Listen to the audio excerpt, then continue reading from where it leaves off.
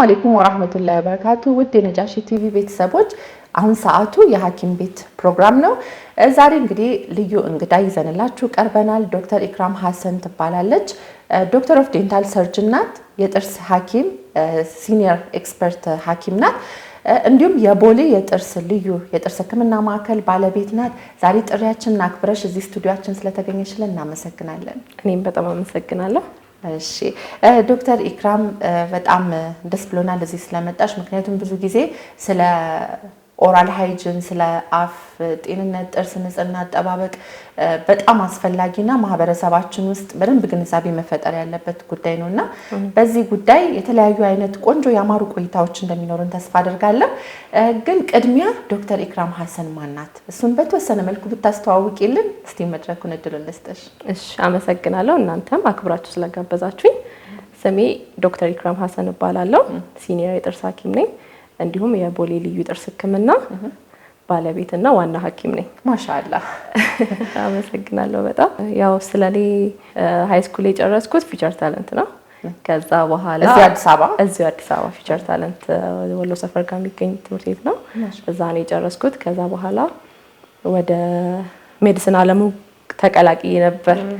ከዛ ኢንተረስቴ ሞር ዴንቲስትሪ ስለነበረ መጀመሪያውኑ ምደባ ሲወጣ 12 ላይ ዴንታል በጣም የመማር ሐሳብ እና ኢንተረስቱ ነበረኝ። ግን አጋጣሚ ሜዲሲን ጎንደር ነው የደረሰኝ። ጎንደር ከዛ ሺፍት አድርጌ ወደ ዴንታል ሜዲሲን ገባሁኝ። አትላስ ነው የጨረስኩት። አትላስ ሄልዝ ሳይንስ ኮሌጅ ዴንታል ብቻ ነው የሚያስተምሩት። እዛ ነው የጨረስኩት። ሌላው ቢዝነስ ማኔጅመንትም ምሩቅ ነኝ። ሴንት ሜሪ። ስለዚህ ባለ 2 ዲግሪ ነሽ። እንደዛ ያው ከቢዝነሱም ጋር ሲሆን ጥሩ ነው ሙያ። ከሴንት ሜሪ ቢዝነስ ማኔጅመንት ምሩቅ ነኝ። አሁን ላይ በጥርስ ሕክምና ወደ 6 አመት ማሻአላህ ሰርቻለሁ። ይሄ ይመስላል። ደስ ይላል በጣም። ላይክ 2 ዲግሪ ኖሮሽ በሴትነት የጥንካሬ ተምሳሌት ነው። እኔ እንደውም እዚህ መድረክ ላይ ከምጋብዛቸው ሰዎች ብዙ ተሞክሮች እማራለሁኝና ካንቺ ራሱ ጥንካሬ ነው ማየው። ማሻአላህ አላህ ይጨምርልሽ። አሚን ሹክራን። ያው ዋናው እንትን ነው ፍላጎትና ጥንካሬ ካለ ማይሆን ነገር የለምና ያው ዴንቲስትሪ ደግሞ ያው ላንቺ አይነገርም መቼም ዶክተር ብዙም እንትን ሚል እርግጥ ቀላል ነው እያልኩ አይደለሁም። ግን ዳት ማች እንደ ዴንታል እንደ ጀነራል ሜዲሲን 5 አመት ተኩል ያው ከነ ኢንተርንሺፑ 6 አመት ከጀነራል ሜዲሲን ጋር እኮ አመቱ እኩል ነው። አዎ ግን ያው በርደኑ ግን ትንሽ ይሻላል ከሜዲሲን እና ያንን ለመጠቀም ብዬ ነው በመሀል ቢዝነሱን የተማርኩትና ድንገት እንኳን ነጋዴ ብሆን ብዬ ማሻአላ መጀመሪያም ልየው ነበርሽ ማለት ነው። ስለዚህ አሁን የጥርስ ሕክምና ላይክ ፍላጎት ዝንባሌ የሆነ ልዩ ስፔሲፊክ ሪዝን አለሽ ወይስ ስታዩ ይሄ ነገር ከተደራሽነት አኳያ ብዙ ሰው ይቸገራል ግንዛቤ በፈጠር ባገለግል ብለሽ አስበሽ ነው ወይስ ደግሞ ሌላ ልዩ ምክንያት አለሽ? ያው እርግጥ ያው ለማገልገልም ተደራሽነትን ለማስፋትም ህዝቡንም እንትን ለማለትም ነው። ያው ንያም አይደል የሚቀድመው። ግን ያው ኢንተረስትን ነበር። እንዲያውም የሚገርምሽ ነገር ያኔ 12 ምደባ ሲወጣ በቃ ፋዘር እንዴት ሜዲሲን አትማሪ ምናምን እንዴት ዘለሽ ትንሽ ነገር ላይ ምናምን ያው ቤተሰብ ታውቂያለሽ ሐኪም ሆነሽ ምናምን ሲባል ያው ኢንተረስቲም ስለሆነ ሜዲሲን ተምሬ ዴንቲስትሪን ከመማር በቀላሉ ዴንቲስትሪ በመማር ይሻላል በሚለው ነው ሜዲሲኑን ትቼ አሁንም እኮ ህክምናውን ተምረሽ ግን ጀነራል ባይሆንም ሰብ ስፔሻሊቲም አይደለም ሰብ ስፔሻሊቲ ነው። ይሄን ያለው ነው። አይ ማሻአላ። እንዴት ነው ታዲያ ልጆች አሉሽ? ትዳር፣ የግል ህይወትሽ ምን ይመስላል በተወሰነ መልኩ? እሺ ያው ትዳር አለኝ። የ2 ልጆች እናት ነኝ። ማሻአላ። ልጆች 5 አመት ይሆነኛል በትዳር ዓለም ላይ። የ3 አመት እና የአመት ከ2 ወር ልጅ አለች። ማሻአላ ልጆች አሚን ሹክራን በጣም ሀናኒ። ታዲያ እንዴት ነው እነዚህ ነገር አሁን ስራና ላይክ አንድን ተቋም መምራት በራሱ በዛ ላይ ደግሞ ዋና ሐኪም ሆነሽ ነው የምትሰሪው በራስሽ ክሊኒክ። ከዛን እናትነት አለ ሚስትነት አለ። እንዴት ነው ጊዜሽን የምታብቃቂው የምታቻቺው? ከባድ ነው። ቀላል ነው ብዬም አልጀምርም። እርግጥ ነው ይሄ ላንቺም የምታውቂው ነገር ነው። ከባድ ነው። በተለይ ሴትነት ሲኮን ደግሞ ኃላፊነትም አለ መደራረቦችም አሉ። ግን ምን ነገር ካሰብሽበት ማይሆን ነገር የለም። ዋናው ነገር ሐሳብ፣ አላማ፣ ጥንካሬ ካለ ማይሆን ነገር የለም። ለልጆች መስጠት ያለብሽን ሰዓት አብቃቅተሽ ለባለቤትሽም ለቤትሽም አልፎም ተርፎም ለወላጅም ጊዜ ተሰጥቶ ነው እየተኖረ ያለው። በትንሹም ቢሆን ያው አላህ ይጨምርበት የቀረውን እንግዲህ አላህ ለሁላችንም ብርታቱን ይስጠን። አይ ማሻአላህ። ግን አሁን ስራ በምትሰሪበት ጊዜ መቼም ሁሉ ነገር አልጋ ባልጋ አይሆንም። ኢክራምን ወደፊት የሚያስኬዳት ነገር ምንድን ነው? ማለት ላይክ እንደ ህይወት መርህ የምትጠቀሚው ሁሉ ነገር ያው አላህ ቀላል ሲያደርግልን ነው የሚቀለው። እኛ ባሰብነው ልክ አይደለም የምንሄደው አይደለ? እኛ ካሰብነው በላይ ጨምሮ የሚሰጠንም አላህ ነው። መንገዳችንን የሚያገራልን አላህ ነው። ግን ያንቺ የህይወት መርህሽ ምንድን ነው? ኢክራም ደግሞ እዚህ ደረጃ እንድትደርስ ደግሞ በጣም ጉልህ ሚና ያለው ሰው በህይወትሽ ውስጥ ማን ነው የሚለውን ብትነግሪኝ። ያው የህይወት መርህ ብዬ ማስቀምጠው ያው ሁሌም መጠንከርን ነው። ኦልዌይስ ዱ ዩር ቤስት ነው። በቃ ሁሉ አንቺ ተሻለሽን ነገር አድርጊ፣ የቀረውን አላህ ነው የሚጨምርበት። እኛ ትንሽ ስንሞክር ደግሞ አላህ ደግሞ ያስተካክለዋል ነው እና የተሻለኝን ነገር ከኔ ስንፈት እንዳይገኝ ከኔ ይሄን ባረግ ኖሮ ምለውን ነገር እንዳላረግ እያልኩ ነው ብዙ ጊዜ የምንቀሳቀሰው በስራ የሚሆን በቤት የሚሆን ወይ ይሄን ባረግ እኮ እንዲሆን ነበር ማለልበት ነገር እንዳይኖር የተቻለኝን ከኔ ከአቅሜ ከአስተሳሰብም ይሁን ከጉልበትም ማድረግ የምችለውን ነገር አረጋለሁ። ይሄ በስራዬም በቤቴም ማድረገው ነገር ነው። ከቀረው አላህ ነው የሚጨምርበት እና ደግሞ ያው ለሰዎች ጥሩ ሆኖ መገኘት ጥሩ መስራት ነገ ባንቺም ህይወት ላይ የተስተካከለ የሚመጣ ነገር ነው ብዬ አስባለሁ። ሌላው አንቺ እንዳልሽው ካንቺ ጀርባ ሆኖ የደገፈሽ እስካሁን ብለሽ ካልሽ ያው መጀመሪያ አላህን ነው እንትምትዩ እንታመሰግኘው። ያው ሁሉም አላህ ሲጨመርበት ነው። ግን ከምንም በላይ ለኔ በጣም ትልቁ ሰፖርተሪ አባቴ ነው። ገና ከልጅነት ጀምሮ በቃ በትምህርት ጉዳይ በጣም እንትን አባት ነው። በቃ የኔ አባት ብቻ ነው ያላሰበ የብዙዎች አባት ነው ብዬ ማሰባለሁ አይደለም። እና በጣም ሰፖርቲቭ አባት ነው ያለኝ። ኢቭን አሬንጅ የሚያደርገው ነገሮችን የሚያስተካክልልኝ ሲከብደኝ የሆነ ነገር እንትን ሲለኝ ሮጠሽ የምታማክሪው ሰው አባቴ ነውና በጣም በዚህ አጋጣሚ ላመሰግን እፈልጋለሁ አባቴ። ማሻአላ አቶ ሐሰን እንግዲህ ልጆት እያመሰገናቸው ነው። አላህ እድሜያቸውን ያርዝምልን። በጣም ደስ ይላል። የወላጅ ድጋፍ ደግሞ ለሴት ልጅ ስኬት ለማንኛውም ነገር በዚህ ጉዳይ ላውራለሽ። ኢቭን አሁን ስራ ቦታ ላይ እንደዚህ ቁጥጥር እንትኖች ሲመጡ ጤና ቢሮዎች ምናምን ገቢዎች ምናምን ሲመጡ አባትሽ የለም ምናምን የሚሉኝና ፍሮንት ላይን ሆኖ ሁሌ እንትን የሚልልኝ እሱ ነውና ትልቁ ብርታቴ እሱ ነው። የሆነ ስደክም ምናምን እንዴ እሱ እንኳን እንደዚህ ያደረገልኝ እሱ እንትን እንዳይል እያልኩኝ ነው የምጠነክረው በብዛትና ይሄ ነው ያለው ነገር። ማሻአላ አላህ እድሜያቸውንም ያርዝምልን። አላህ ይጠብቃቸው። አሚን ያ ረብ አሚን። ደስ ይላል በጣም እንግዲህ ውድ ተመልካቾቻችን ጥሩ ቆይታ እያሳለፍን ነው ከዶክተር ኢክራም ሐሰን ጋር። የወላጅን ሀቅ የቤተሰብን ጊዜ ማኔጅመንት እንዴት ነው የሚለውን በተወሰነ መልኩ እየነካካችልን እያብራራችልን ነው ያለችው። ማሻአላ በጣም ስለ አባትሽ የነገርሽን ነገር በጣም ደስ የሚል ነገር ነው። እናንተ ቤት ለጥንካሬ ተምሳሌት የሆኗችሁ አባትሽ ናቸው። ለዚህ ሌሎች እህት ወንድሞች አሉሽ ወይ? አዎ አሉኝ። 2 እህቶች አሉኝ ከኔ በታች ናቸው። ታላቅ ደግሞ ወንድሜ አለ። ማሻአላ እና መቼም ልጅ ማሳደግ ቀላል ነገር አይደለም። በተለይ ደግሞ አሁን ወላጅ ሆነን ሁለታችን እንዳየነው እየሞከርን እያየን የቱ ይሆናል አይሆንም የሚለውን ልጆቻችን ላይ ቤስት የሚባለውን ምንችለውን የአቅማችንን እያደረግን ነው የምንሄደውና አንቺ አሁን ከመጣሽበት የቤተሰብ ሁኔታ ስትነግሪኝ የአባትሽ ጥንካሬ አንቺም ላይ የራሱ አስተዋጽኦ ይኖራል። የልጅ ተርቢያም ላይ በደንብ ትልቅ አስተዋጽኦ ይኖራል። ነገ ልጆችሽም ደግሞ ትልቅ ደረጃ ኢንሻአላህ ባላህ ፍቃድ እንደሚደርስ ተስፋ እናደርጋለን። ምናልባት ግን የአባትሽ የጥንካሬ ተምሳሌት እንደመሆናቸው ለአንቺም ተርቢያ እዚህ ደረጃ እንድትደርስ ኢክራም የራሳቸው የሆነ አስተዋጽኦ አላቸው። እናንተ ቤት ልጅ አስተዳደግ ምን ይመስላል? በዛም አያይዘሽ ኢክራም በልጅነቷ ምን አይነት ልጅ ነበረች የሚለውንም። እሺ ያው እኛ ቤት ያው እንደማንኛውም የኢትዮጵያዊ ቤተሰብ አስተዳደግ ነው ያደግነው። የተለየ እንትን የለውም። ግን እውነት ለመናገር በጣም እንትን ነበሩ። በጣም ቅርብ ሆነን ነው ያደግነው ከቤተሰቦቻችን ጋር ማለት ነው። እንዴት ነው አይን ለአይን ሆነን ነው እንትን ያልነውና እንዴት ማለት እንዴት መሰለሽ አሁን ትምህርት ቤት የሚወስደን አባታችን ነው። ጠዋት እስከ 12ኛ ክፍል ድረስ የሚመልሰን እሱ ነው እና የፈለገ ስራ ምናምን ቢኖረው ራሱ ጠብቀን ማግሪብ ራሱ እንወጣለን እንጂ ብቻችን አንሄድም። ያው ይሄ ሪስክን ለመቀነስ ነው እንጂ እኛን ስትሪክትሊ እንትን አድርጎ እንትን ከማለት አይደለም።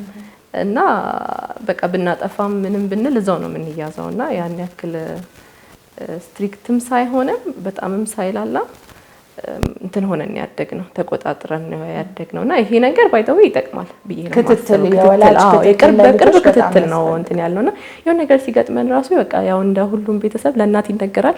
ከዛ እሷ ትነግረዋለች ለፋዘር። ከዛ እሷ አስተያየት ይሰጣል። የሚቆጣትም ካለበትም ካጠፋንም መመከርም ካለብን እንደዛ ነው ያደግነውና የቅርብ ክትትል ጥሩ ነው። አሁን አንዳንድ ቤተሰብ አለ አባት ሌላ ሀገር አይደል እናት ሌላ ሀገር አያት ላይ ማደግ ምናምን ያ መጥፎ ነው እያልኩ ሳይሆን እኛ ያደግነው በቅርብ ክትትል ስለሆነ በጣም ክሎዝም ሆነንም ነው እንደገና በጣም ተቆጣጥረንም ነው ያደግነውና ያ አስተዋጽኦ አለው። አንዳንዴ ወጣትነትም ሳይሆን ልጅነትም ያታልልሻል አይደል ከመጥፎ ጓደኛ ጋር ምናምን ሆነሽ አላማሽን ስተሽ ትምህርቱንም ትተሽ ማይሆኑ ነገሮች ልትገቢ እንትን ትያለሽና እንደዚህ በቅርብ ክትትል ማደጋችን እኔም ብቻ ሳይሆን እህቶቼም ወንድሜም ሁላችንም ያው ጥሩ ነገር ላይ እንድንደርስ ረድቶናል ብዬ አስባለሁና እኔም ለልጆቼ እንደዛ ነው መሆን የምፈልገው። ነፍሳቸውን እስኪያውቁ በቅርብ ክትትል ታሳድጊና ሁሉን ነገር ክፉንም ደጉንም እንዲያማክሩሽ ሲያጠፉም ኢሚዲየትሊ የምታቂበትን አይነት አስተዳደግ ገና ነገሮች ከባሱ በኋላ ስር ከሰደዱ በኋላ ወላጅ ጋር ደርሶ መፍትሄ እስከማጣት ከመድረሱ በፊት እንደዛ አይነት አስተዳደግ ስላደግን እኛም እንደዛ እንድንሆን ከዛ ነፍስ ካወቅን በኋላ ደግሞ እንዳልኩሽ እኔ አሁን ከምንም በላይ ጓደኛዬም አማካሪም ነው። የሆነ ነገር ሲቸግረኝ እሱን ነው እንትን የምለው። አሁንም ትዳር ላይ ሆኜ ራሱ በቃ ቀን በቀን እየመጣ ነው ስራ ቦታዬ ቪዚት የሚያደርገኝ ይሄ እንዴት ይሁን ይሄ እንደዚህ ይሁን እኔ መፈራቸው ቦታዎች ሄዶ እሱ ነው እንትን የሚለው የሚያስተካክላቸው ምናምን ነገርና እኔም ነገ እንደዛ አይነት ቤተሰብና ወላጅ በሆን ለልጆቼና ለሀርሰላላችንም እንደምትሆኚም አሚን ኢንሻአላህ። ማሻአላህ በጣም ደስ የሚል የሚያስቀና አባት በደንብ ዱዓ ራሱ እርግጠኛ ተመልካቾቻችንም ለአባትሽ ዱዓ እንደሚያደርጉላቸው ተስፋ አደርጋለሁ። ግን አሁን አንቺ ካልሽው እኔ ራሱ የወሰድኩት ነገር ምንድነው ለልጆቻችን ከወላጅነት ባሻገር ቅርብ ክትትሉ አስፈላጊ ነው። ጓደኝነትና ይሄ ልጆቻችን ፊት ለፊት መተው እንዲናገሩ መድረኩን መፍጠርም ግዴታ ነው። ምክንያቱም ብዙ ጊዜ የሰው ልጅ ባህሪ ምንድነው የሚሰማንና የሚቀበለንን አካል ነው የምንፈልገው። ቲኔጀር ሲኮን ደግሞ ወደ ጓደኛ ዝንባሌ የሚኖረው ምክንያቱም ይሄን ነገር እናቴ ከሰማች አባቴ ከሰማ በቃ ይገሉኛል ብሎ ያኛው ይሄ የኮሚኒኬሽን ባሪየሩ ስላለ ሸሽተው እንዲሄዱ ያደርጋቸዋል። ያ ደግሞ አላስፈላጊ ነገር ነውና በቅርብ ክትትል ውስጥ ጓደኝነት፣ እምነት፣ ትረስት ቢልዲንግ ያለው እንትኑ እሱን ነው ከናንተ ቤተሰብ ነው ዋናውም እሱ ነው። እንዳልኩሽ አንቺ ሸሽተሽ ሌላ ቦታ የሚሄዱ ከሆነ ያም ያጋጥማቸው ሰው መቼም እንደ አባትና እንደ እናት ኸይር የሚሆን ሰው የለም በዚህ ጊዜና ሌላ ሰው መጥፎ ሰው ቢያጋጥማቸው ደግሞ ሚስሊድ አድርጓቸው ወዳልሆነ ነገር አላማን ወደ መሳት ይመጣልና ቤተሰብ እንደኔ መፈራትም መከበርም አለበትም ጓደኝነቱም ቅርርቡም ያስፈልጋል። ሁሉም በቦታውና በሰዓቱ ሲሆን ደስ ይላልና አሁን ከእናቴ ጋርም እንደዚሁ እንደ ጓደኛ ሆነን ነው ያው በተለይ ደግሞ የድሮ እናቶች እርሊ ነው ደግሞ በርዝ የሚያደርጉትና ስንተያይም ጓደኞች ነው የምንመስለውና አባቴም እናቴም አማካሪዎቼ ናቸውና ማሻአላህ። ግን አሁን ከነገርሽኝ ካስተዳደግሽ ሁኔታ ማለት ነው ያደግስ መጪ ሞር ትምህርታችሁ ላይ ትኩረት እንድታረጉ እስከ 12ኛ ክፍል የነበረው ቅርብ ክትትል አለና ወደ ሕክምና ዘንበል እንድትይ ያደረገሽ የአባትሽ ሁኔታ ነው? ሕክምናን እንድትመርጭ ያደረገሽ ወደዛ ሞር ዘንበል እንድትዩ ያደረገሽ መንገድ እንዴት ነው የሚለውን እሱን ብታብራሪልን። አዎ እርግጥ አሁን ሃኒ ሁሉም ቤት ላይ ከቤት አንድ ዶክተር ይጠበቃል፣ ከቤት አንድ ፓይለት ይጠበቃልና እኔ ማንም ወላጅ ልጁ ሐኪም እንዲሆንለት ይፈልጋል። ግን 60% እና 40% አድርገን እናስቀምጠው። 40% ኢንተረስት ነበረ ገንዳ ደግሞ 60% ደግሞ የቤተሰብ እንትን ነውና እንዳልኩሽ ነው ራሱ ያኔ 12 ላይ ጅማ ዴንታል ሜዲሲን ሉምራ ምናምን ስለአወራ እንዴ ሐኪም ተብለሽ ከዛ የጥርስ ሐኪም መባል እየቻልሽ ለምን የጥርስ ሐኪም ትሆኛለሽ ምናምን ተብሎ ነው እንትን ያልኩት። ከዛ ኢንተረስት ያመዘነና ወደ ዴንታሉ ገባሁኝና ያው ብቻ አልሐምዱሊላህ። ሌላው ደግሞ ያው የተጻፈ ነገር ነው ከአላህ ነው ሁሉም። እሺ ተመልካቾቻችን እንግዲህ እንደዚህ ያማረ ቆይታ ከዶክተር ኢክራም ጋር እያደረግን ነው። ከጥቂትና ካፍታ ቆይታ በኋላ ተመልሰን እንመጣለን። ባላችሁበት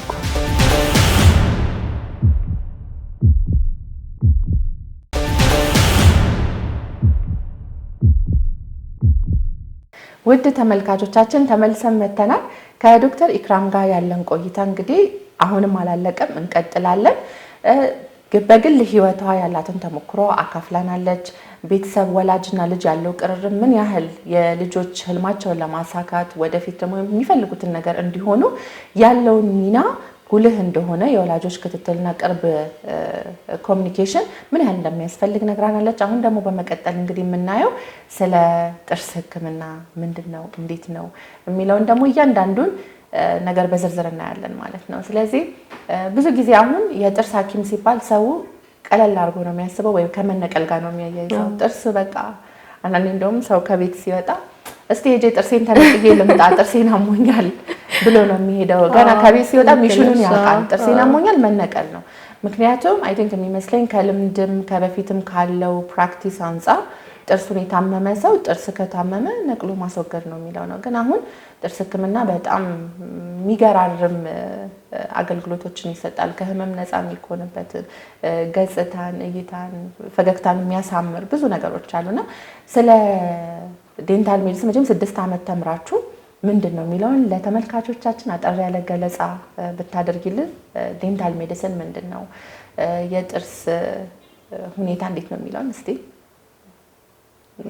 ያው ዴንታል ሜዲሲን እንደተናገርሽው ሰፊ የህክምና ዘርፍ ነው። አሁን ላይ ደግሞ ኮስሞቲክስም ዴንቲስትሪም እየመጣ ነው። ከህመሙ ውጪም ኢስቴቲክም ላይም እየተሰራ ነው ያለውና ሰፊ የህክምና ዘርፍ ነው እና ያው ጥርስ መንቀልም ብቻ አድርጎ ነው ሰው የሚያስበው፣ ጥርስን ማከም ብቻ። ግን አሁን ግን ስማይል ዲዛይኒንጎችም እየመጡ ነው። ሆሊውድ ስማይልም አለ።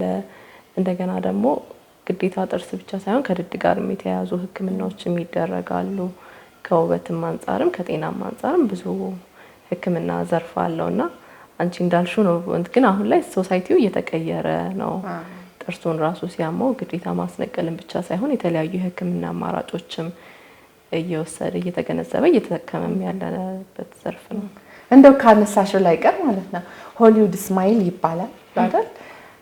አሁን በተለያዩ ሶሻል ሚዲያ ማህበራዊ ሚዲያዎች ላይ የምናገኘው ብዙ የጥርስ ህክምና ማስታወቂያዎችን ሆሊውድ ስማይል እንሰጣለን ይላል። ምንድነው ሆሊውድ ስማይል ማለት? ላይክ ሁሉ ሰው ሆሊውድ ስማይልን እስቲ ብትነግሪኝ ስለሱ። ሆሊውድ ስማይል ማለት ምንድነው መሰለሽ? መጠሪያ ነው። የህክምና ስም ግን አለው። ይሄ ሳስበው የሆነ ቅጽል ስሙን የመሰለኝ ነው ወይስ በቃ መጠሪያ ነው? ሆሊውድ ስማይል ማለት አንድ ሰው ነጭ ድርድር ያለ ፍልቅቅ ያለ ጥርስ ማድረግ ሆሊውድ ስማይል በቃ እንደ መጠሪያ ነው። እና ያ ነገር በብዙ የህክምና ዘዴዎች ሊመጣ ይችላል። አንደኛው የራስን ጥርስ ዋይትን በማድረግ በማስተካከል በብሬስም ድርድር አድርጎ ነጭ ካደረግሽው ሆሊውድ ስማይል። ሆሊውድ ስማይል የተባለበት ምክንያት በዚህ አጋጣሚ ሃኒ ምንድነው እንትን ሆሊውድ አክተሮች ሴሌብሪቲዎች ነጭ አይደል ጥርሳቸው ድርድር ያለ አይደል? ስለዚህ የነሱን ፈገግታ ተይዞ ነው ሆሊውድ ስማይል የተባለው። ስለዚህ በተለያዩ የህክምና ዘዴዎች ነጭ ድርድርና ፍልቅቅ ያለ የሚያምር ለእይታ ስታዩ የሚያምር ፈገግታ መፍጠር ሆሊውድ ስማይል። ቬነሪንግ ሜተዱ ነው። ቬነሪንግ ተጠቅመን ነጭ ድርድርና ፍልቅቅ ያለ ጥርስ ስናመጣ ሆሊውድ ስማይል ይባላል። ግድ በቬነሪንግ ብቻ አይደለም እንዳልኩሽ የራሳችን ጥርስን በብሬስ አስተካክሎ ከዛ በኋላ በዋይትኒንግ ማንጣት፣ በኮምፖዛይት ቬነሪንግ የሚባል አማራጭም አለ። በዚርኮኒያም ሊሆን ይችላል፣ በሴራሚክም የተለያየ ሜተዶች ተጠቅሞ ጥርሱን አላይመንቱንም አስተካክሎ በዛ ላይ ከለሩንም ነጭ ሲሆን በቃ ሆሊውድ ስማይል የሚያምር ፈገግታ ሲሆን ሆሊውድ ስማይል ይባላልና አሁን ላይ እውነትሽ ነው በጣም ሰው ወደዛ እያዘነበለና እየተሰራም እያየንም ነው። ደስ የሚል ነገር ነው። ደስ የሚል ነገር ነው። ግን እኔ ጥያቄ አለኝ። ሆሊውድ ስማይል ለምሳሌ ሆሊውድ ስማይል ማንኛውም ሰው ማሰራት ይችላል? አንድ ሌላኛው ደግሞ ሆሊውድ ስማይል ለምን ያህል ጊዜ ነው የሚቆየው? ካሰራሽ በኋላ ይሄ መደበኛ ተፈጥሯዊ ጥርሳችን ላይ ኢፌክት የለውም? ጉዳት አያመጣም? ማንኛውም ለውበት ብለን አዲሽናል የምናደርጋቸው ነገሮች ጉዳት አያመጣም ወይ? ይህ ከባለሙያ አንጻር እንዴት ነው?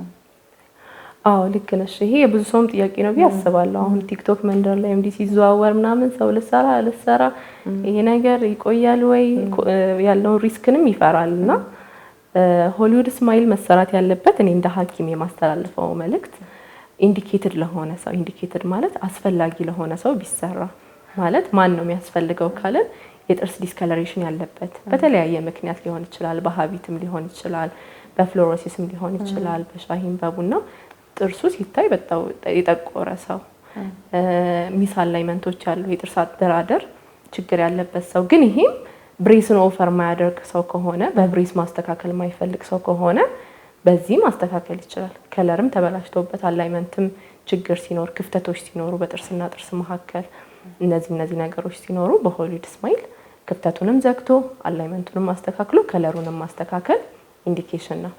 ሌላው ሆሊውድ ስማይል ምን ያክል ጊዜ ይቆያል፣ የተሰራ ሰው ሁላ እንደ ተፈጥሮ ጥርሱ መጠቀም ይችላል ወይ የሚለውን ነገር ደግሞ ምንድነው አንደኛ ማይዋሽ ነገር ኔቸር ቢዝነስ ዋይዝ ሳይሆን ማወራሽ እንደ ሐኪም የተፈጥሮን ጥርስ ማንንም ይደርስ የለም። ኔክስት ቱ ቦን ጠንካራው እንትናችን ኢናሜል ነው። ሶ ጥንካሬ አለው። ያን ያክል እንትን አይደለም፣ የሚያሰጋ ነገር አይደለም። በስነ ስርዓትና በትክክለኛው ሜተድ ከተጠቀምን ከ10 አመት በላይ 15 አመት በላይ እንጠቀምበታለን። ግን ምንድነው ይሄ የሚሆነው ሐኪም አታድርጉ የሚላቸው ነገሮች አሉ። ልክ ለምሳሌ በጥርስ መታገል፣ ጥፍር መብላት፣ እስኪብርቶ መያዝ፣ አጥንት ካልተጋጠማ ለምን ተሰራ ጠንካራ ካልሆነ እና ተደጋጋሚ ፍሪኩዌንሲም እኮ ይወስናል። በየጊዜው የሚታገልበት ነገር ካልሆነ ለስላሳ በመክፈት አንዳንድ ሰው አለ ባፍ የሚቀድመው ሁሉ ነገር ለመንካት ለመክፈት እነሱ ነገሮችን አቮይድ ማድረግ፣ አልኮሊክ ነገሮችን አቮይድ ማድረግ፣ በተለይ አሲዲክ ነገሮች ይሄ ሶዳ፣ ሻሂና ቡናም ኢንተርቫሉን መቀነስ። ሌላው ሆሊውድ ስማይል የተሰራ ሰው ከኖርማል ሰው በተለየ መልኩ በደንብ ማጽዳት አለበት። አሁን እኛ በቀን 2 ነው አይደል የምንለው፣ ቢቻል 3 ማጽዳት፣ ምሳንም መጨመር። ፍሎስን በቀን 1 ነው የምንለው። ኖርማል ሰው ቬነሪንግ ያልተሰራ ሆሊውድ ስማይል ያልተሰራ ሰው የተሰራው 2 ጊዜ ፍሎስ ማድረግ፣ ኢንተርዴንታል ነገሮችን ማጽዳት፣ በጥርስና ጥርስ መካከል የሚጠባበቁ ምግቦችን አለመብላት። ሌላው ደግሞ ሬጉላር የሆነ ቼክአፕ ያስፈልጋል። በየ6 ወሩ በአመት 2 ሬጉላር ቼክአፕ፣ ከዛም በላይም ቢቻልም ሐኪም በሚሰጠው መልኩ እንትን ማድረግ ነው። ሲቦረሽ ቴክኒኮችን ማስተካከል፣ መፋቂያ፣ ጠንካራ ነገሮችን አለመታገል። ይሄን ይመስላል። እንግዲህ ምናልባት አሁን ስለ ሆሊውድ ስማይል ያለውን ገለጻ የሰጠሽን በጣም በደንብ አብራርተሽልናል፣ እናመሰግናለን። ግን ከዚህ አሁን ሆሊውድ ስማይል ስትይ ምን ትዝ አለኝ፣ ጥርሳችንን እንዴት ነው አሁን ከመደበኛው በተለየ መልኩ ስንል ምናልባት ለተመልካቾቻችን አንድ ሰው ኦራል ሃይጂን የአፉን ንጽህና እንዴት አድርጎ ነው መጠበቅ ያለበት? ብዙ ጊዜ ሰው ወይ በቀን 1 ነው የሚፍቀው ወይ ደግሞ ምግብ ከበላ በኋላ ነው፣ እሱንም ካልሆነ ደግሞ ምናልባት ላይ አፉን ጠረኑን ቼክ አድርጎ መፋቅ አለብኝ ብሎ በተለይ በተወሰነ ቀን የሚፍቅም ሰው አለና አንድ ጤናማ የአፍ ንጽህና የጥርስ ንጽህና እንዴት ነው የሚለውን እስቲ ብትነግሪኝ። ኦኬ እሺ። አንድ ሰው በትክክል የአፍና የጥርስ ጤናውን እየጠበቀ ነው ወይም እያጸዳ ነው የሚባለው ቢያንስ በቀን 2 ጊዜ ሶፍት ብረሾችን ተጠቅሞ መቦረሽ አለበት። የምር እኔ ሃርድ ብረሽ ብሎ የሚያስተዋውቅ ኢቭን አንድ ጊዜ በሚዲያ ሁላ ይቻላል ሃርድ ብረሽ ለጥርስ ጥሩ ነው ይላሉ። ሃርድ ብረሽ በጣም ነው ሮድ የሚያደርገው የጥርስ መስታወታችን። ሰው ግን ያጸዳልኛል ብሎ ሃርድ ብረሽን ይጠቀማል። በተለይ ደግሞ ይሄ ከጥርስ ጀርባዎች የሚከማቹት ሻህላዎች፣ ካልኩለሶች ምናምን ሲኖር እሱን ለማጽዳት ብሎ ሃርድ ብረሽ ሲታገል አንደኛ የጥርስ መስታወቱን ነው የሚያሳሳው። የጥርስ መስታወት ደግሞ በሳሳ ቁጥር የምንበላው የምንጠጣው ነገር በቀላሉ ስቴን ያደርጋል። ሰው ራፍ እየሆነ ስለሚመጣ ማለት ነው። ሌላው ደግሞ ድዳችንን እየጎዳ ነው፣ ድዳችንን እያሸሸነው ነው የምንሄደው። ስለዚህ ስንቦርሽ ሶፍት ብረሾችን መጠቀም ባይቻል እንኳን ሚዲየም ብረሾችን መጠቀም። ሌላው በኢንተርቫሉን ደግሞ በቀን 2 ማድረግ። ሰው አንዴ አጽድቶ አልጸዳልኝም ከማለት 2 ሲጸዳ ቤት እንኳን 2 ሲጠረግ እና ጠዋት ብቻ ሲጠረግ አንድ አይደለምና 2 ጠዋትና ማታ መዘለል የለበትም። በተለይ የማታው ብዙ ሰውም አንደርስታንድ የማያደርገው ጠዋት ነው መቦረሽ ያለበት ብሎ ነው የሚያስበው። ምንድነው ጠዋት ከሰዎች ጋርም ስለምንገናኝ አይደል፣ ማታ ያው እኛው ራሳችን ነውና ማታ በጣም መቦረሽ አለበት። ለምን አፋችንም ተዘግቶ ነው የሚያድረው። ዳርክ ኢንቫይሮንመንት ነው አፋችን ውስጥ ያለው። ያ ደግሞ ለባክቴሪያ ምቹ ነው ታውቂያለሽ። ሳላይቫም ፕሮዳክሽኑ እንደቀን አይደለም። ምራቅ የማመንጨት እንትናችን ስለማንበላ ስለማናወራ ማታ ይቀንሳል። ስለዚህ ባክቴሪያ በጣም ነው ዲስትሮይ የሚያደርገው ማታ። በዛ ላይ ቀን የበላ ነው ምግብ እዛ አለ በቃ ማታ ሙሉ ዲስትሮይ ሲያደርጉ ነው የሚያድሩት ማለት ነው። ሰው ጠዋት ቢቦረሽም ምንም እንትን የለውም። ስለዚህ ጠዋትና ማታ ሚዲየም ወይ ሶፍት እንደ ግዴታ መምረጥ ካለባቸው የማታው እሱን ነው የምለው። ቀንማ ይወራል ንፋስ ወደ አፍ የሚገባል ሳላይ በውሃ መጠጣት አለ። መብላት ራሱ እኮ ጥርስ ያጸዳል። ገባሽ አይደል? ማታ እንዴት እንደሆነ ንገሪኝ መብላት ስትበይ ያው ፍሪክሽን አይደለ ከጥርሶችሽና ምግቡ። በተለይ ደግሞ ጠንካራ ነገሮች የምትበይ ከሆነ እያጸዳ ነው እንትን የምትይው። ምራቅም ደግሞ ምርቱ ይጨምራል። ሳላይቫ ፕሮዳክሽን አለ። ማታ ግን በጣም ምቹ ነው ለባክቴሪያና ቀን የበሉትን እንዳለ ማታ አጽድተው በማዶ እንትን ነው መሆን ያለበት። ሌላው ደግሞ ፍሎስ መጠቀም። እኛ ጋር ብዙ ጊዜ ብሩሽ ነው ሰው የለመደው፣ ፍሎስን አይጠቀምም። ፍሎስ ምንድነው? ተመልካቾቻችን በሁለት መልኩ አለው። አንደኛው ዋተር ፍሎስ ነው። ሌላው ደግሞ ክር ነገር አለች ማጽጃ። በጥርስና ጥርስ መካከል የሚከማቹ ቆሻሾችን በፍሎስ ነው አድሬስ ማድረግ የምንችለው። አለበዚያ ደግሞ ጥርስ ክሊኒክ ሄዶ በማስጸዳት ካልሆነ በስተቀር። ለዛ ነው አንዳንድ ሰው በጥርስና ጥርስ መካከል የሚበላበት በሁለት ጥርስ መካከል ነው የተበላው ምናምን የሚባለው ፍሎስን ባለመጠቀም የሚመጣ ችግር ነው።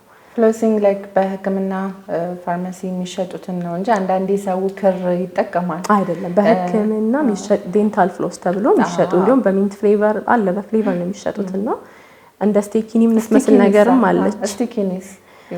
ስቴኪኒም አይመከርም ብዙ ጊዜ ለመሰለሽ። ትንሽ የስቴኪኒ እንጨት ቴክስቸሩ ሃርድ ነው። ከሱ ይልቅ ስቴኪኒ የሚመስል ፍሎስ አለ በፕላስቲክ የተሰራ ማለት ነው። ለምን እሷን ቦታ ለማጽዳት እየተባለ ያን ቦታ አስሬ ስትነካኪው ድዱ ደግሞ ያው ሃርድ ነገር አይደል ትራውማቲክ የሚያደርገው እየሸሸ ይመጣል። ድድ ይደማል። ከዛ ክፍተቶቹ እየጨመሩ ይመጣሉ።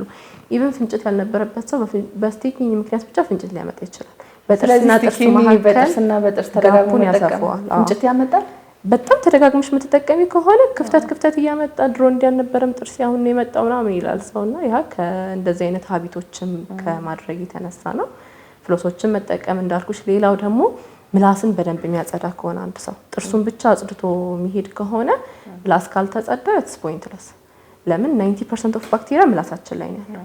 ጥርሳችን ላይ ያለው 10% ነው። ስለዚህ ጥርስ ዋናውን ካልተጸዳ ያን ብታጠጁ መልሶ ባክቴሪያ ደግሞ ይሸጋገራል ወደ ጥርስ። ስለዚህ ታንግ ስክራበር በመጠቀም ለምላስ ማጽጃ ተብሎ የተሰሩ እንትኖች አሉ። ታንግ ስክራበር አንዳንድ ብሩሾች ከጀርባቸው ታንግ ስክራበር አላቸው። እነሱ ሪከመንድ ይደረጋሉ። አትሊስት እሺ በዋናው ታንግ ስክራበሩ ማግኘት ካልተቻለ በሱ ማጽዳት፣ ምላስን መደም ማጽዳት ጋርግ ሪፍሌክስ ሊያመጣ ይችላል አውቃለሁ። ለብሶ ምቹ አይደለም ምላስ ማጽዳት ያረጋል። ሰው ግን ትንፋሽን ሰብስቦ ጊዜ ወስዶ አንዴ ነው ስትለምጁ እየለመድሽ ነው የምትመጪው። ምላስ ማጽዳት፣ ፍሎስ ማድረግ፣ በቀን 2 ጊዜ መቦረሽ። ሌላው ደግሞ እኛ ሀገር አሁን ላይ እንደውም ይሻላል እንጂ ሬጉላር ዴንታል ቼክአፕ የለንም። ሲያመን ነው የምንሄደው አይደል? ስለዚህ በአመት 2 ቢያንስ በየ6 ወሩ ቼክአፕ ማድረግ እንዳልኩሽ ነው። በጥርስ ብሩሽ በፍሎስ አድሬስ ያልተደረጉ ቆሻሻዎች ደግሞ የሚከማቹ ከድዳችን ስር ሰብጂንጃይቫል ያሉትን ቆሻሻዎች ደግሞ በስኬሊንግ ፕሮሲጀር ወደ ጥርስ ሕክምና ተቋም በመሄድ በማጸዳት አንድ ሰው ሙሉ የጥርስና የአፍ ንጽህናውን ጠበቀ ማለት እንችላለን። እነዚህ ነገሮች የሚያደርግ ከሆነ ማለት ነው። ምናልባት ከዚህ ጋር ተያይዞ የአፍ ጠረን ራሱ ምክንያቱ ብዙ ነው። ሆድ ችግር አንስቶ ሊሆን ይችላል የሚመጣው። ብዙ ጊዜ ግን የአፍ ጠረን ሲመጣ ከጥርስ ጋር ነው የሚያያዘው። አብዛኛው የአፍ ጠረን እንደውም የሚመጣው ከምላስ ንጽህና አለመጠበቅ ነው። ምክንያቱም ብዙ ጊዜ አፍ ጠረን የሚመጣው ከጥርስ ንጽህና ብቻ ሰው ይመስለዋል። ግን የምላስን ንጽህና መጠበቅ በደንብ ያስፈልጋል። ምናልባት ታንግ ስክረቢንግ ያልሽው በጣም ኢምፖርታንት ፖይንት ነው። ሌላ የአፍ ንጽህናን በምንጠብቅበት ጊዜ ምናልባት ማውዝ ዋሽ አሁን አንዳንዴ አፍን ንጽህና ለመጠበቅ አንዳንድ ሰው ጥርሱን ራሱ ሲያመው እስቲ ሄጄ ሃይድሮጅን ልግዛ የአፍ ማጠቢያ ስጠኝ ብሎ ከፋርማሲ ይገዛል። አንደኛ ይሄ ትክክለኛ ልምድ አይደለም። ምናልባት አንቺ ታብራሪያለሽ የበለጠ። ከዛ በተጨማሪ ሌሎች ለአፍ የተዘጋጁ ማውዝ ዋሾችን ከማጽዳት ከመፋቅ ባሻገር ፍሎስ ከማድረግ ባሻገር ከዛም በተጨማሪ ደግሞ ማውዝ ዋሽ እንዴት ነው?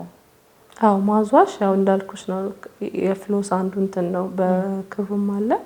ሌላው ደግሞ ዋተር ፍሎስ የሚባለው ነገር አለ እና በማውዝዋሽም ፍሎስ ማድረግ ይቻላል። ስንጠቀም ግን ሃይድሮጅንም አማራጭ ነው፣ ጥሩ አማራጭ ነው። ሃይድሮጅን ዲዞልቭ የማድረግ ነገር አለው። በተለይ እንደዚህ ፕላኮች ካሉ የምግብ መከማቸቶች ግግሮች ሲኖሩ ሃይድሮጅን ሜልት ያደርገዋል። ከዛ እንዲሁም መቦረሽ መጀመሪያ ማውዝዋሹ ይደረግና ስንጠቀመው ከብሩሽ በፊት ነው መሆን ያለበት ማውዝዋሽ። ሰው ግን ብዙ ጊዜ ከብሩሽ በኋላ ነው የሚጠቀመው። በተለይ ደግሞ ፍሌቨር ካለው ከብሩሽ በኋላ ነው የሚጠቀመው።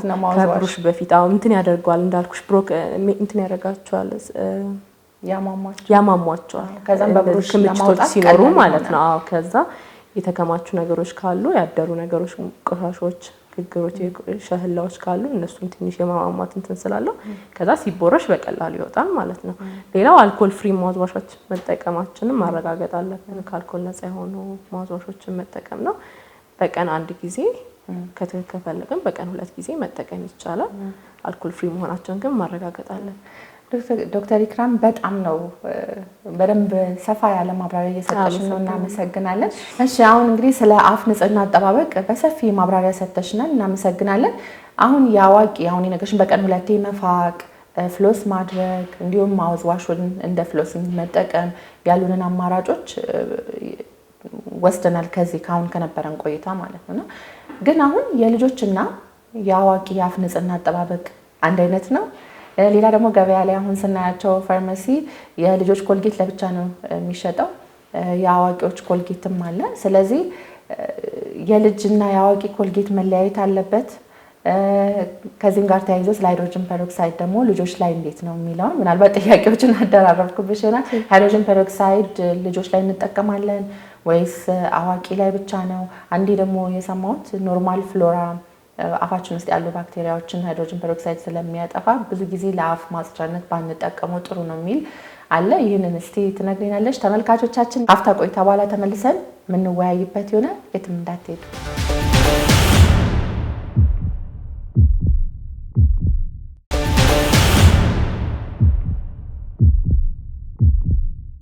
ውድ ተመልካቾቻችን ተመልሰን መጥተናል። ሐኪም ቤት ፕሮግራማችን እንደቀጠለ ነው። ከዶክተር ኢክራም ጋር ያለን ቆይታ እየቀጠልን ነው። አንድ ጥያቄ እንደው ለማንሳት ያክል እርግዝና ላይ አሁን ብዙ ጊዜ ጂንጂቫይቲስ ይህም ደግሞ የድድ መቆጣት፣ መድማት ያጋጥማል። ያው እብጠትም ሰውነት ከእርግዝና ጋር የውሃ የመያዝ አቅሙ ሰውነታችን ስለሚጨምር እንደዚህ አይነት ነገሮች ያጋጥማሉና እርግዝና ላይ በተለየ መልኩ የአፍ ንጽህናን ለመጠበቅ ሪከመንድ ወይም ደግሞ የምጠቁሚን ነገር ይኖራል? ያው አንቺ እንዳልሽው እርግዝና ላይ ኖርማል ነው ጂንጂቫል ሃይፐርፕሌዥያ ወይም የድድ ማበጥ ሊከሰት ይችላል።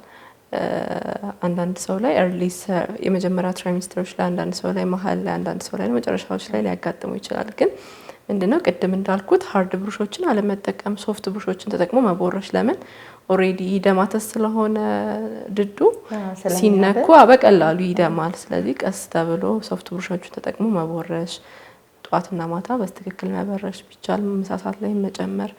ለምን ቆሻሻ በተከማቸ ቁጥር ድዱ ይባስ እያበጠ ይባስ ኢንፍሌምድ እየሆነ እንዳይሄድ ማለት ነው። ጨውና ውሃ እያደረጉ ቢሞጠመጡም ደግሞ ሪሊፍ ያገኛሉ ከብጠቱ። የሚጠፋ ነገር ስለሆነ ያን ያክል እንትን አለመሆን ነው። ንጽህና ብቻ መጠበቅ የተሻለ ነው። ስለዚህ እንግዲህ እናቶች እህቶች ከእርግዝና ጋር ተያይዘው የድድ መድማት ኖርማል ነው፣ ያጋጥማል፣ ኖርማል ነው። ከዛ ውጭ ደግሞ ንጽህና መጠበቅ እንዴት እንዳለብን ዶክተር ኢክራም ነግራናለች።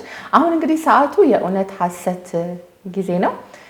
በተለያዩ ማህበረሰባችን ውስጥ ያሉ አመለካከቶች ትክክል ነው ወይስ አይደለም የሚለውን በባለሙያ ትንታኔ የሚሰጥበትና መልስ የሚሰጥበት ጥያቄዎቻችሁ ምላሽ የሚያገኙበት ሰዓት ነው። እስቲ እንግዲህ እንጀምራለን። ዝግጁ? የመጀመሪያው ጥያቄ እርጅና ላይ ጥርስ መውለቅ የሚጠበቅ ነገር ነው። አንድ ሰው እድሜው እየገፋ ሲሄድ ጥርሱ መውለቅ እንደ እርጅናው አንዱ ፕሮሰስ ነው።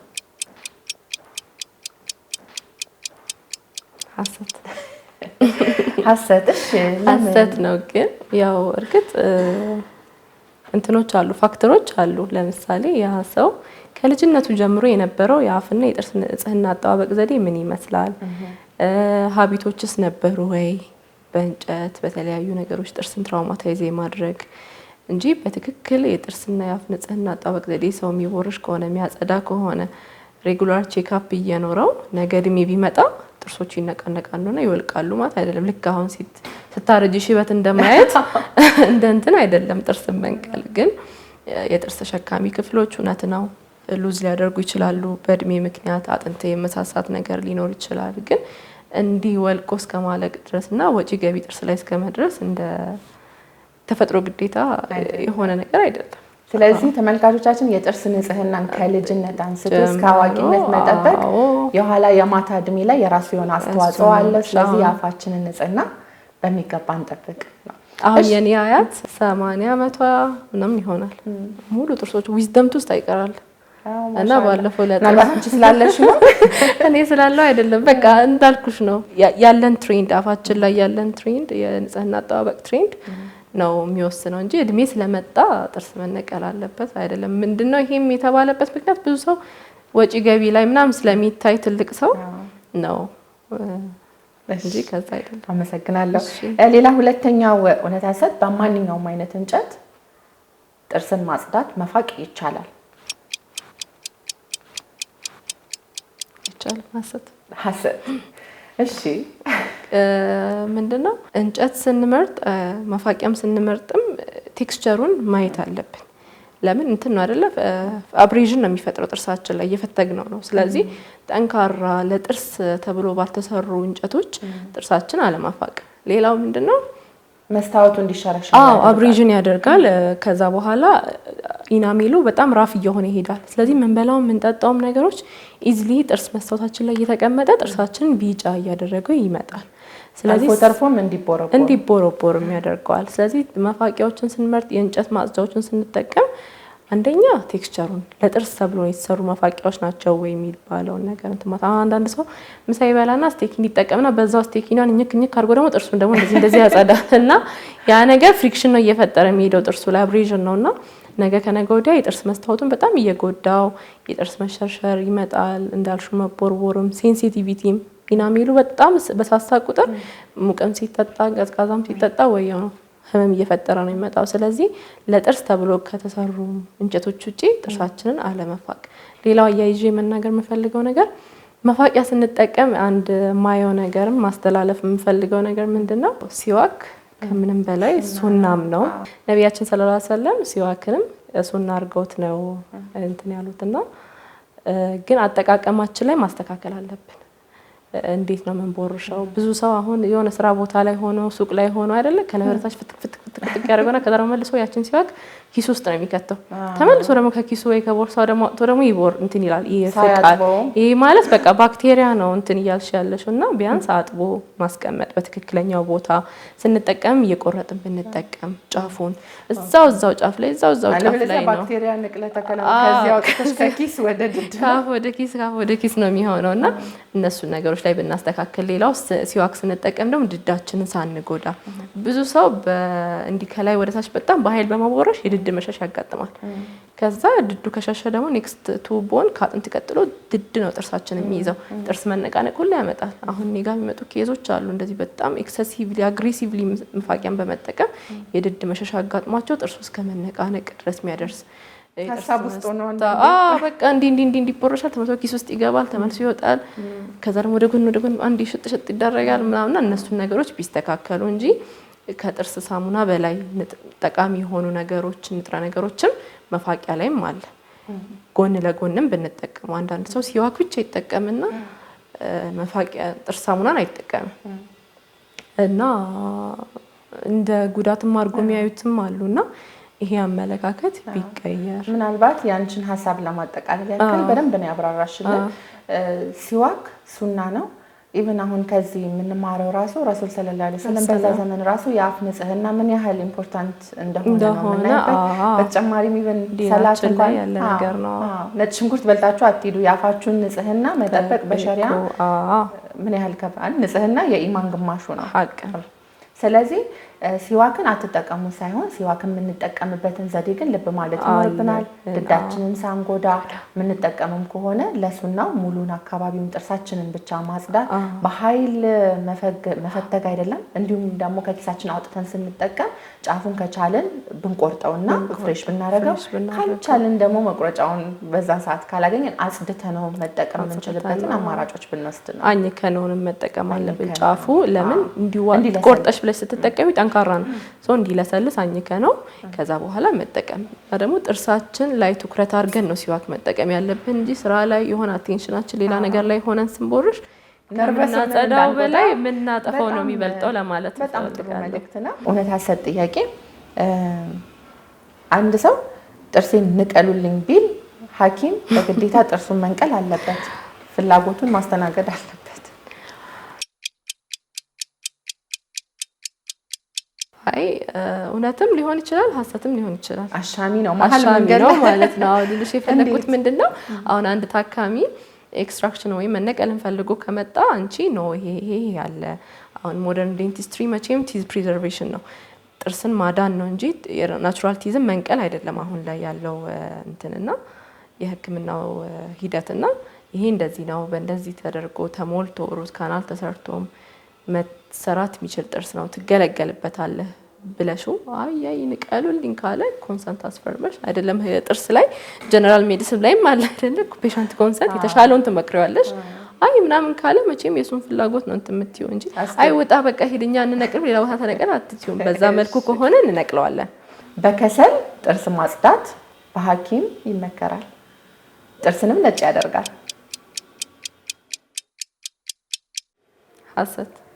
ሐሰት እስቲ እንዴት?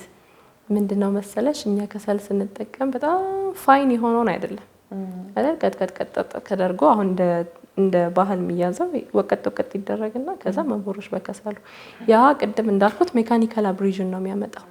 እርግጥ ቻርኮል ራሷ ንጥረ ነገሯ ጥርስን የማጽዳት እንትን አለች፣ ግን እሷ ንጥረ ነገር በጥርስ ሳሙና መልኩ አክቲቬትድ የሆነ ቻርኮል መጥቷል።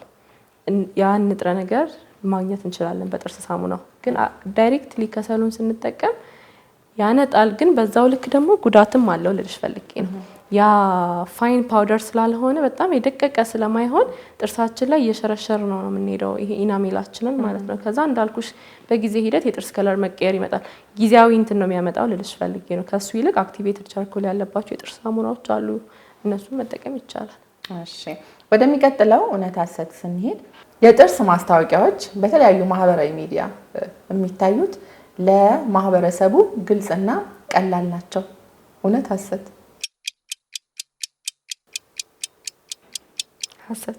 ሐሰት። እሺ ለኛ ለሐኪሞች ያው ሙያው ላይ ስላለን ቀላል ነው። ለማህበረሰቡ ግን እንዳልሽው ትንሽ አወዛጋቢ ነው። ይሄ ከዚህ በፊትም ቲክቶክ ላይ ነው ያየሁት እንደ እንትን ሐኪሞች ግን ምን አስበው የጥርስ ሐኪሞች ፕሮስቶዶንቲክስ ኦርቶዶንቲክስ ነው ይላሉ። እኛ ስንት ሀሳብ አለብን ምናምን። ይሄን ደግሞ ለሐኪም ራሱ ግልጽ አይደለም። ኦርቶዶንቲክስ ፕሮስቶዶንቲክስ ለሌላ ዘርፍ ሐኪም ያው አታችመንት ላይ ያስላል ሜታሎ ሴራሚክ ኦኬ ቆይ እሺ እና ትንሽ አወዛጋቢ ነው። እውነትሽን ነው፣ ይከብዳል።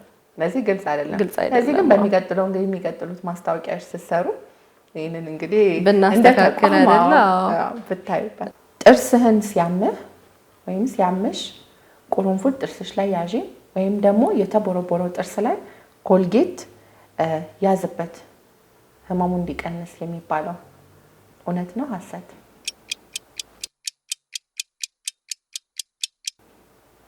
ይሄ እውነት ነው። እውነት ነው። አንድ እውነት ተገኘ።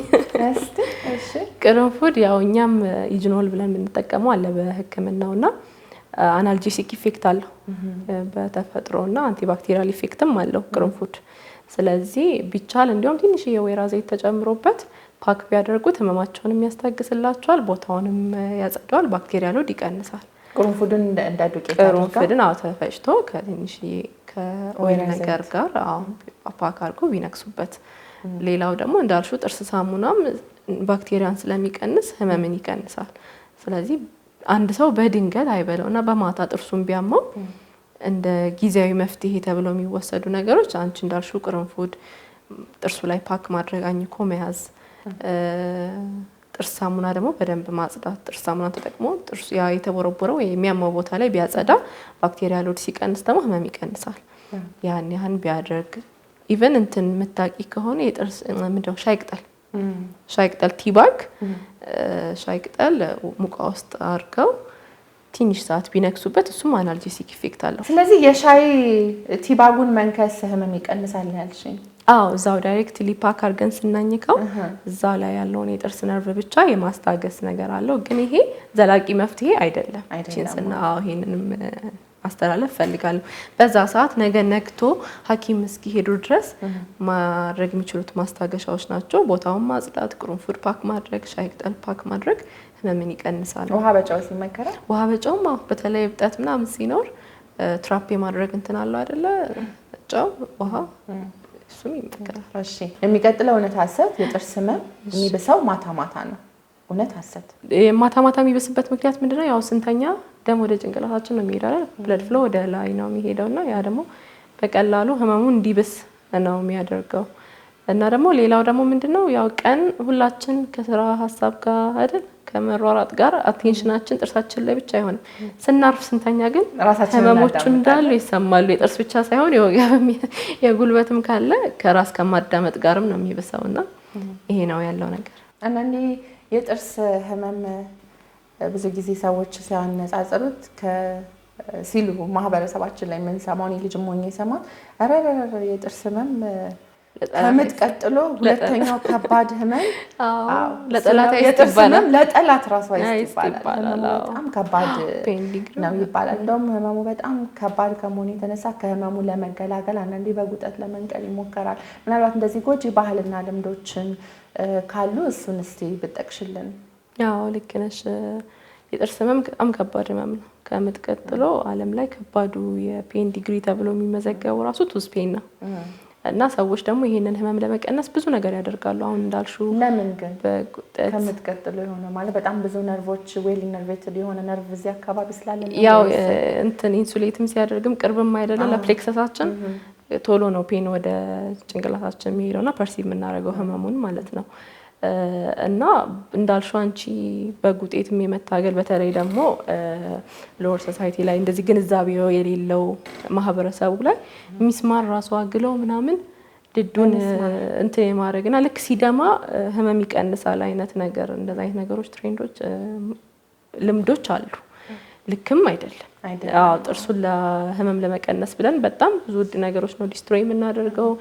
አጥንቱንም ድዱንም የጥርስ ተሸካሚ ክፍሎችንም ልንጎዳ እንችላለንና ነገር ያን ጥርስ ራሱ ሐኪም አክሞት ቢደን ተሸካሚ ነገሮችን ደግሞ ልንጎዳ ስለምንችል ስንታመም በጊዜ ወደ ጥርስ ክሊኒክ መሄድ ኢቭን ግዴታ ህመም እስኪሰማንም ባንጠብቅ ገና መቦርቦሩን ስናይ አይደል? አሁን ብዙ ጊዜ ጥርሳችን መቦርቦሩን የምናውቀው ምላሳችንን ላክ ስናደርግ ወይና ምግብ ሲጋብን እንዴ ማመንታት ይባላል።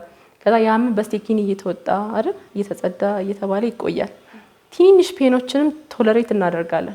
አንገብጋቢና እንቅልፍ ሚነሳ ሲሆን ነው ወደ ሐኪም የሚሄደውና አንድም በዚህ አጋጣሚ መናገር የምፈልገው ነገር ጥርሳችን ገና ህመም ሲጀምረን ኤርሊ ሳይኖችን ስናይ በጊዜ ወደ ክሊኒክ በመሄድ ዘላቂ መፍትሄ ማምጣት ይቻላል፣ ብዙ ጉዳት ከመድረሱ በፊት ለማለት ፈልጋለሁ። እና ኢንፌክሽን ራሱ ያጋልጣል። ብረት ነገር ደግሞ ቴታነስ አለ፣ ህይወትን እስከማጣት ደረጃ እውነት ነው። ዶክተር ኢክራም በጣም ነው ደስ የሚለው። የእውነት ሐሰት ጥያቄያችንን አሁን ጨርሰናል። እስቲ አንድ ጥያቄ ልጨምርልሽ። በተለይ የተለየ ሁኔታ በስራሽ ላይ መቼም ጥሩም ከባድም የተለያዩ አይነት ገጠመኞች ያጋጥሙሻልና ካጋጠመሽ ገጠመኝ ልታካፊን የምትፈልጊው ካለ መድረኩን ልስጥሽ። አዎ ብዙም ግል ፕራይቬት ሴክተር ላይ ያን ያክል ገጠመኝ የለም። ብዙም ታካሚውም ጥንቅቅ ምጥን ብሎ የሚመጣ ሰው ነው። ግን መንግስት ላይ ስንሰራ ጴጥሮስ እንሰራ ነበር።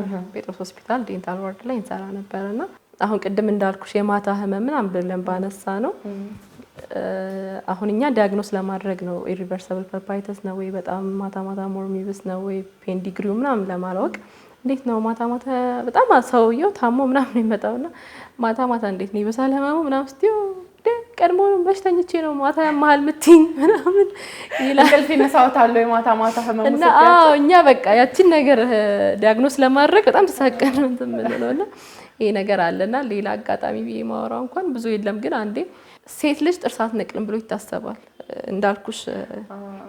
አዎ እንደዛ አይነት ሶሳይቲዎች ላይ ግንዛቤው የሌለው ሰው ላይ በቃ ጥርስ መንቀልን ከጉልበት ጋር ያያይዙትና ወንድ ነው የሚጠብቁትና ሊነቀል እንደዚህ ቼር ላይ ቁጭ ብሎ አንስቴዣ ልሰጠው ምናምን ነርስ ነሽ ምናምን አይ እኔ የምነቅልህ ምናምን ወንድ ሐኪም የለም ምናምን አይ እኔ ነው የምነቅልህ እኔ ነው አንተ ተረጋጋ ምናምን ስለ አይ አንቺማ ማለ በሱ በእምነቱ አትነቂውም በቃ ተይ ወንድ ያለበት ምናምን ከዛ ሲኒየሮች መጥቶ አረጋጉት ምናምን ከዛ አጋጣሚ ሆኖ እርግጥ ከባድ ነበር ጥርሱ።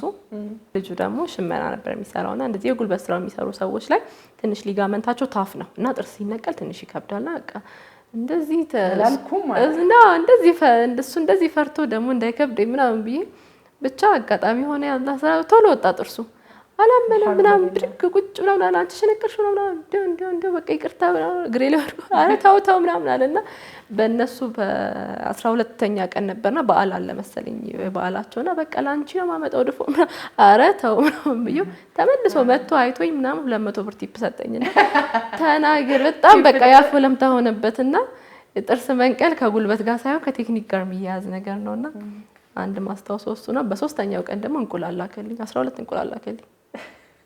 የዶክተር ነው ምናምን ተብሎ ስመጣ እንቁላል ለጉልበት እንዲሆነኝ ይሁን አላውቅም። ለጉልበት እንዲሆን እና እንደዚህ አይነት ነገሮች አሉ። እሺ ምናልባት እንግዲህ አሁን አንድ ደግሞ የምናነሳው ርዕሰ ጉዳይ የጥርስ ላይ ፈርጥ አሁን ኢቭን ፀጉር ቤት በተለያየ አይነት ሁኔታ በግሉ የተለያዩ ፈርጦች ጥርስ ላይ ለውበት ተብሎ ይደረጋሉና ስለ ጥርስ ፈርጥ በጥርስ ሐኪም እይታ እንዴት ነው? አዎ የጥርስ ፈርጥ አሁን ላይ በተለይ በጣም እየተለመደ ያለ ነገር ነው። ኤክስትራ ውበትና የሚሰጡን ነገሮች ናቸው። ግን አንቺ እንዳልሽው እኔም ጋር የሚመጡ ታካሚዎች ወይም ደግሞ ይሄንን ፈርጥ ፈላጊዎች ላይ ያለው ጥርስ የጥፍር ፈርጥ በጥፍር ማጣበቂያ ተደርጎ ጥርስ ላይ ይደረጋል። በአሚርም የማድረግ ነገሮች አሉና በጥርስ ደረጃ ለጥርስ ተብሎ የሚመጡ ፈርጦች እንዳሉ ብዙ ሰው አያውቅም። አሁን ላይ እንደውም ይሻላልና እነዚህ ፈርጦች የሚለዩበት ምክንያት ምንድነው? አንደኛው ለጥርስ ተብሎ ነው የሚሰሩት። ያን ያክል ጥርሳችንን የሚጎዱ ነገሮች አይደሉም። ሌላው ደግሞ ምንድነው? በጸዳናቸው ቁጥር ልክ ጥርስሽን ስታጸጂ እንደሚፈካው ፈርጡም እየፈካ ነው የሚሄደው። ያኛው ከልብስ ላይ ከተለያዩ ነገሮች ላይ የምንወስዳቸው ፈርጦች ግን ጉም እየያዙ እየደበዘዙ ነው የሚመጡት። ውበታቸው እየቀነሰ ነው የሚመጣው። ሌላው ደግሞ የምናጣብቅበት መንገድ በጥፍርና በአሚር መሆኑ ጥርሳችንን ይጎዳል። ይሄ ግን ጥርሳችን ላይ ሳይሆን የሚያርፈው በጥርሳችንና በፈርጡ መካከል ግሉ አለ። የጥርስ ከለር የሚመስል ባሪየር አለውና ምንም የሚጎዳ ነገር አይደለም። ረጅም ጊዜ ይቆያል። ከአመት በላይ የምትጠቀሚበት ነገር ነው። እሱንም ፈርተንም መቦረሽም ብሩሽ ላይ ምናምን ብዙም መዘናጋትም የለብንም። ቢቦረሽም ቢባልም የሚነሳ ነገር አይደለም ልልሽ ፈልጌ ነው በቀላሉ። እሺ እንደው አሁን ወደ ማጠቃለያና ወደ ማገባደጃችን እየደረስን ነው። የነበረን ቆይታ በጣም ጥሩና ፍሬያማ ነው።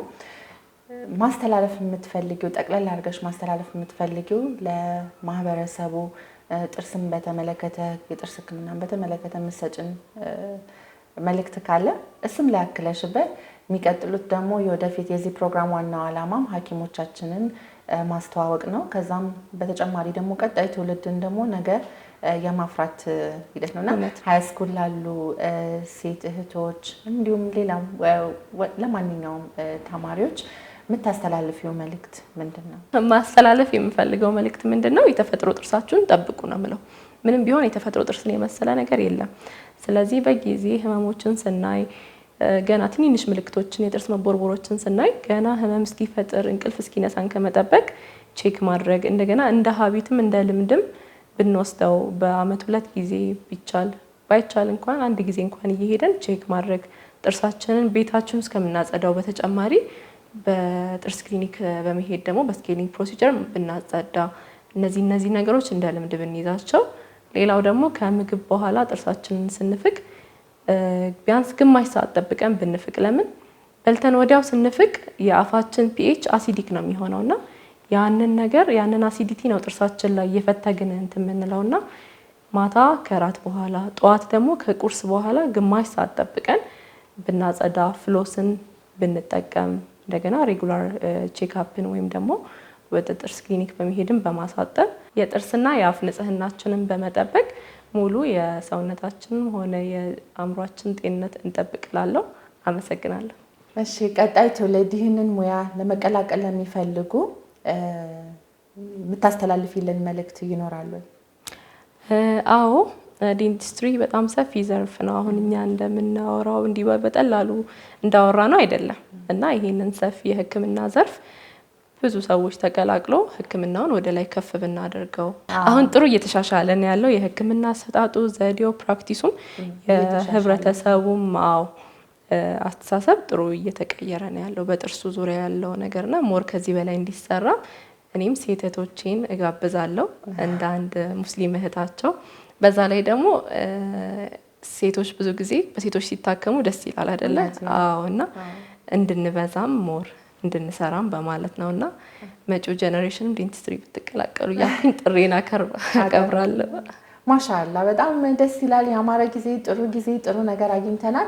ለሚቀጥለው ቀጣይ ትውልድም እዚህ መድረክ ዋናው ዓላማው እንግዲህ ሴት ሐኪሞች የተለያዩ ወንድ ሐኪሞች የጤና ባለሙያዎችን ስንጋብዝ ያሳለፉበትንም ጥንካሬንም መውሰድ የልምድ ተሞክሯቸውን የህይወት ተሞክሯቸውንም ማካፈል ነው እና ብዙ ለወደፊት እንግዲህ ብዙ ዶክተር ኢክራምን የሚተኩ ትውልድ እናፈራለን ብለን ነው የምናስበው ኢንሻአላህ። በጣም እናመሰግናለን። እሺ ውድ የነጃሺ ቤተሰብ ተመልካቾቻችን ቆይታችን ይህንን ይመስል ነበር። ሐኪም ቤት እንግዲህ ዛሬ ዶክተር ኢክራም ሐሰንን ይዘን ቀርበንላችኋል። ብዙ ነገር እንደተጠቀማችሁበት እንዳተረፋችሁበት ተስፋ እናደርጋለን። በሚቀጥለው ሳምንት እንግዲህ ሌላ እንግዳ ይዘንላችሁ እንቀርባለን። እስካሁን የቆየነው አቅራቢያችሁ ዶክተር ሐናን አለባቸው የጡትና የኢንዶክራይን ቀዶ ሕክምና ሰብ ስፔሻሊስት ሐኪም ነን። እስከሚቀጥለው ወሰላሙ አለይኩም ወራህመቱላሂ ወበረካቱ።